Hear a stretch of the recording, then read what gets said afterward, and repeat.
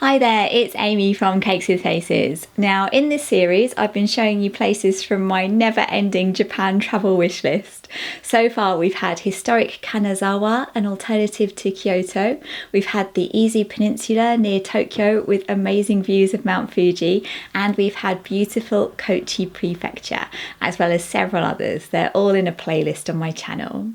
I hope this series will give you some ideas for places to go that you might not have considered. And because they're not on the popular golden route where everyone goes to Tokyo, Kyoto and Osaka, they'll probably be less crowded with tourists, so you can have a calmer, more unique experience. Today is all about the Shimanami Kaido, which is a cycling route going across several islands with stunning views. And I'm just as excited about a town that's at one end of the route that has a cat alley and a lucky cat museum. There'll be a bit more about that later in the video, along with how to get there from Tokyo. If you want to see more videos like this, subscribe to my channel for new Japan videos every other Thursday. And before we carry on, I just wanted to show you my new stickers that I designed.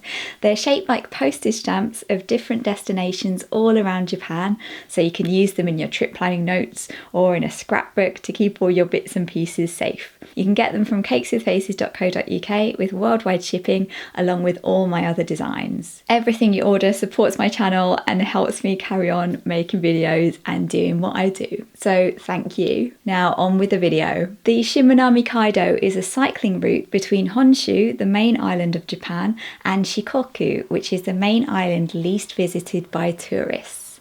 There's lots of small islands with suspension bridges between them and a cycling route, so you can hire bikes and take in the amazing views. You can stop off at the islands along the way and get something to eat, explore these more remote areas, enjoy the seaside and take in all the views. It's in that section of Japan between Kyoto and Osaka and Hiroshima. So if you're travelling around Japan, it's a way to get between Honshu and Shikoku. And if you're not doing a return trip on the route, they can send your luggage for you from the start to the end. So you don't have to worry about putting a trailer on your bike for your suitcases or anything like that. It's taken care of for you. This area is called Seto, and I only just realised it must be because it's the Seto Inland Sea, and uchi means inside or within or your house or your company. So it's like Seto Uchi is the Seto Inland Sea area. I do like it when things make sense in Japanese. The whole cycling route is 70 kilometers long. They say that if you're a good cyclist, it'll take about 5 or 6 hours, or if you're a beginner or if you're just taking your time, it's more like 10 hours. And they say that you can do it even if you're a beginner. Now, I am not good at cycling. I think the last time I was on a bike was probably at Center Parcs quite a few years ago, and I am not good. So if you've done the Shimanami Kaido, please tell me in the comments, was it really that easy? Was it hard? Do you regret it? Or was it worth it? If you're bad at cycling like me, there are electric power-assisted bikes to make it easier, and you don't have to do the whole 70 kilometers. You can go part way along and then get the bus or ferry back. And even if you're hiring a bike, there are terminals along the route, so you can drop it off part way along. Or if you want to take your time, there are places to stay along the route, so you can split it up over 2 days and take your time. There's a blue line painted on the road for you to follow along the whole route, so you can't get lost, and it tells you how far there is to go. There are several rest stops along the way with bike pumps, water and people to help you, and there's lots of local places where you can get something to eat and stop for a rest and refuel. And if you get really stuck, there is also a cycle taxi with a roof rack for bikes that you can call to come and save you. I found a really good website called shimanamicycle.or.jp. There's a link in the top menu to the English version. It's got lots of ideas for things to do and practical information about how to hire bikes and what to wear. At the moment, an electric power-assisted bike is only 2,500 yen for the whole day for adults, which, even though the exchange rate makes things a bit cheaper for us at the moment, it still seems pretty reasonable. On to what there is to see along the way.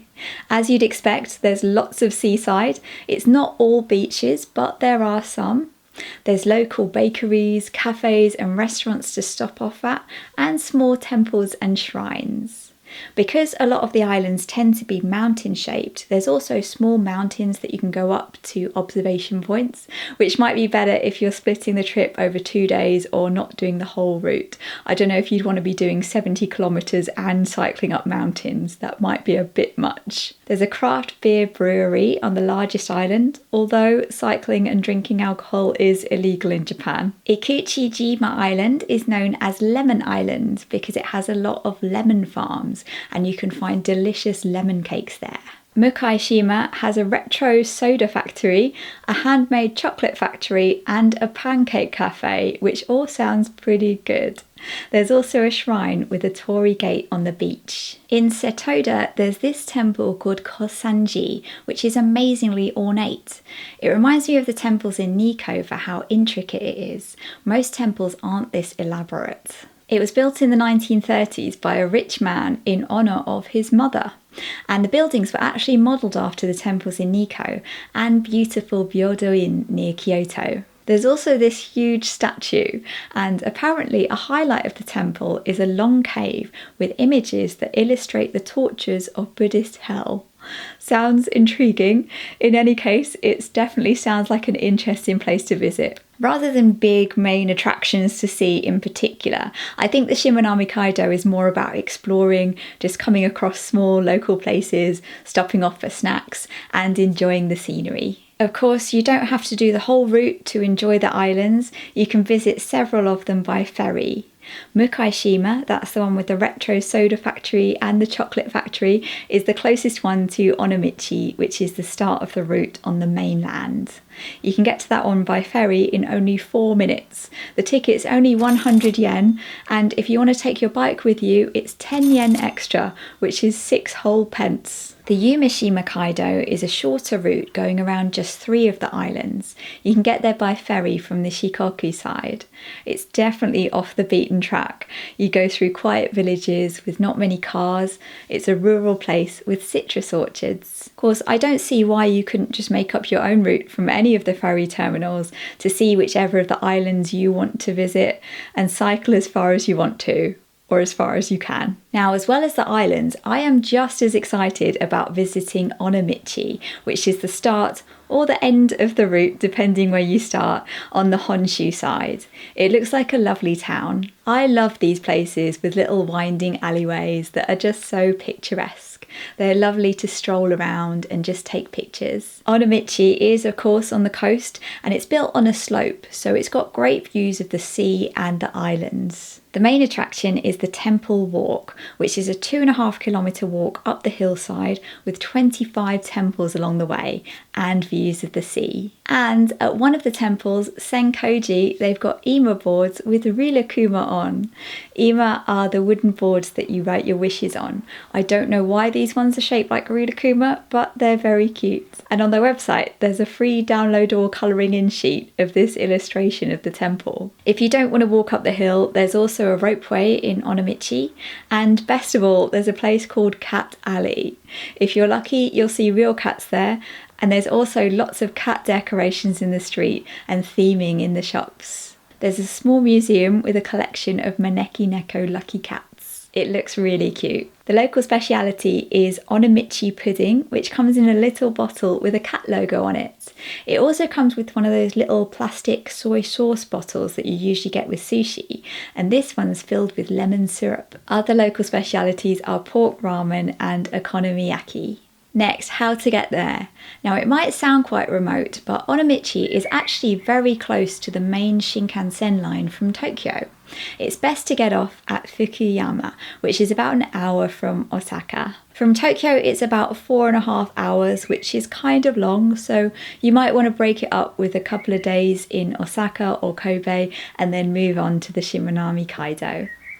From the Shinkansen station in Fukuyama, it's about 20 minutes on a local train to get to Onomichi. Or another option is you can get the ferry from Osaka to Shikoku and start at the Shikoku side.